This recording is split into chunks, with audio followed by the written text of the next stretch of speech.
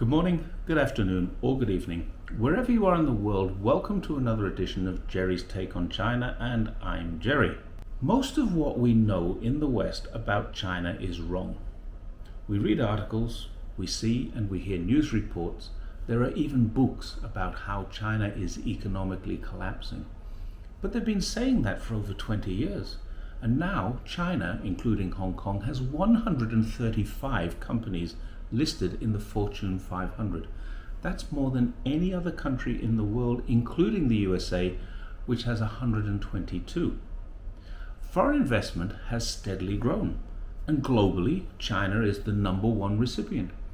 This is because, despite what we hear and read, people who know the best places to put their money know that stability and good legislation will protect their investment, and that's China. We read that China is authoritarian or totalitarian, but if you've watched anything about China, you've seen people, including people like me, traveling freely, posting videos from all over the country, including those sensitive areas as they call them, such as Tibet and Xinjiang. There are thousands, no, let me correct that, there are tens of thousands of videos online showing life in China going on as normal. Traveling through these areas, as I often do, and I'm even doing so right now, I'm in southwest China's Chongqing. These totalitarian police have never stopped me, or anyone else that I know, to ask what pictures we've taken. They've never confiscated any photographs or videos, even from media organizations who deliberately goad the police into forcing them to stop filming in public places where individuals have asked them not to film. If they had, you can be assured those media people would have reported back to you. They've never had their cameras or their discs confiscated. China has crime like anywhere else, but it's reducing every year in almost every category. The murder rate in China has seen a steady decline and is now around 0.5 per 100,000 people. Compare that to the US. According to some news reports, it's at the highest rate now in many years of 6 per 100,000. But doesn't count such places as Birmingham, Alabama, Baltimore in Maryland, just next to Washington, where there are 50, more than 50 per 100,000, and St. Louis, Missouri, where in 2019 the number went up to over 64 people killed per 100,000. What's even more frightening is that those numbers of 3 years ago have actually risen. Let's look at education. Students get 9 years of free education in China, and at 57.8%, more Chinese students are entering tertiary education than almost every other country. That number grows every year. In 1990, it was 3.4%. Now it's 58%. China's education is aligned with its modernization program, and student debt is virtually unknown. Social security laws mean that working people receive medical insurance, they receive unemployment insurance for the day the unthinkable happens, and they may lose their jobs, but the unemployment rate is declining. It's a little high at 5.5%, but the government has put in some emergency strategies to help recovery since the COVID pandemic, so we can expect that to come down too. Young employees pay into housing funds to help them purchase their first home. All employees pay into a pension fund, which they can claim when they retire at 50 or 55 for women and 60 for men. And let's be honest, if China didn't have good social security and employment protection laws, ethical companies in the West wouldn't come and work here. Yet last year there were more than 1.06 million foreign companies registered and operating inside of China, and that was 23,000 more than the year before. China isn't a collapsing economy, it's still growing. Nor is it a slave labor force, or more than 1 million foreign registered companies wouldn't work here. And if we were to read beyond the Western headlines, we'd find that workers here are well rewarded and legally protected. It's not a totalitarian police state, but it is well policed, and as a result, it's safe. And people value the ability to walk anywhere at any time with a feeling of security. And contrary to what many people think, most Chinese people have a very high regard and respect for their local police. So, if it's not all the things that the experts and the China watchers say it is, what else have they got wrong? What else have the international media got wrong when they report on these things? Well, they do get China's governance wrong too. China is growing in health, education, economy, infrastructure, improved living conditions at a time when other countries are entering or have actually entered a recession. China's doing okay. Looking at other, more developed countries, what can we see? Bank interest rates are going up, and almost everybody there has some debt. That hasn't happened in China. Fuel costs are increasing, so decisions will need to be made soon on whether to eat or keep warm. Fuel costs here decreased. Poverty rates are rising as more and more people fall into that position where they can no longer afford to have an apartment, good clothes, and food. They need to choose which of those things to miss out on. Crime rates are increasing in almost every American city. Violent crime and property theft are coming to a point where they're so totally out of control, the only solution seems to be to give more money to the police. Public disorder has increased in recent years in the West, and there's more dissatisfaction with police, so the governments are giving the police more power, and the police are using more violence, and even in one notable country, killing more civilians than ever before. Lifespans in some Western countries are declining, as people in the developing countries are dying younger than they used to. And this has been brought about by mismanagement of a pandemic.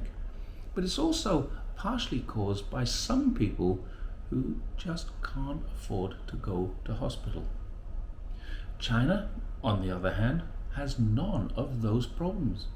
And the reason for that is good governance. Who provides that governance? The CPC. But what's really important to remember is not what they do, but how they get to do it. Each year, each leader in China reports on what they've achieved. They provide information on the plans for what they will achieve in the coming period to meet with their own local goals and the 5-year plan from central government. When they look for promotions, they enter a process of selection and approval, but only after getting endorsement from their peers, their supervisors, and their subordinates.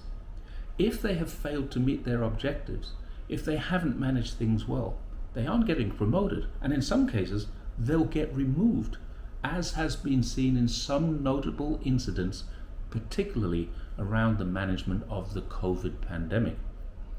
Senior leaders are elected by party organizations. So, in order to become a leader in a Chinese community, you need a combination of experience, voting, managerial efficiency, and education. These are the only ways to get ahead in Chinese governance. China doesn't really have politicians. What it has, I call bureaucrats. They are politically savvy, all politicians need to be, but they must also be popular with their peers and the people they serve. And remember, they serve the people, not donors. In America, it's possible to be a popular TV personality or a mediocre lawyer and still go on to become a president. If you can make it into the Senate or into Congress, there are no term limits. We've recently seen an octogenarian politician stirring up discontent around the globe. There's no age limit on any of these positions. A 78-year-old who ought to be retired can make it into the White House and potentially stay there until they're 86. The UK isn't much better. They've recently lost an inefficient and bumbling Prime Minister who seemed to forget that truth and honesty were part of his responsibilities. He wasn't elected by the people. His own party put him there, the same as they do in China. He doesn't have term limits, and neither do Australia, New Zealand, Canada, or many other democracies. So why did it cause such a stir when China removed something from their statute books that most countries in the world don't believe in anyway? What qualifications did the last Prime Minister of the UK have? He was basically a failed journalist. What qualifications did the last Prime Minister of Australia have? He was a failed marketing manager. Neither of those leaders were elected to the head of the parties by the people they represent. They were both put into that position by their own parties. And they both failed because they didn't have either the qualifications, the integrity, or both to do their job properly. Now, people can say, but at least we were able to vote them out. Maybe that's true. How much damage can they do in the 4 or 5 years before you get the opportunity to do that? In China, it's 1 year, and you're gone if you're no good. So China, on the other hand, may only have one party, but those people who lead it got there through a proven track record of administrative success in lesser roles. Xi Jinping, for example, holds a degree in chemical engineering and a doctor in law. He started his government career as a party secretary in a Shanxi village, and he's held leadership roles in several provinces as well as the city of Shanghai, which has a population as large as Australia and larger than many European countries. Li Keqiang holds a Bachelor of Law and a PhD in economics, and he's worked his entire life in administrative roles. In fact, every member of China's senior government can demonstrate a proven track record of management, efficiency, and academic knowledge. They've all been elected to the position by others who are equally as well experienced in their own jobs.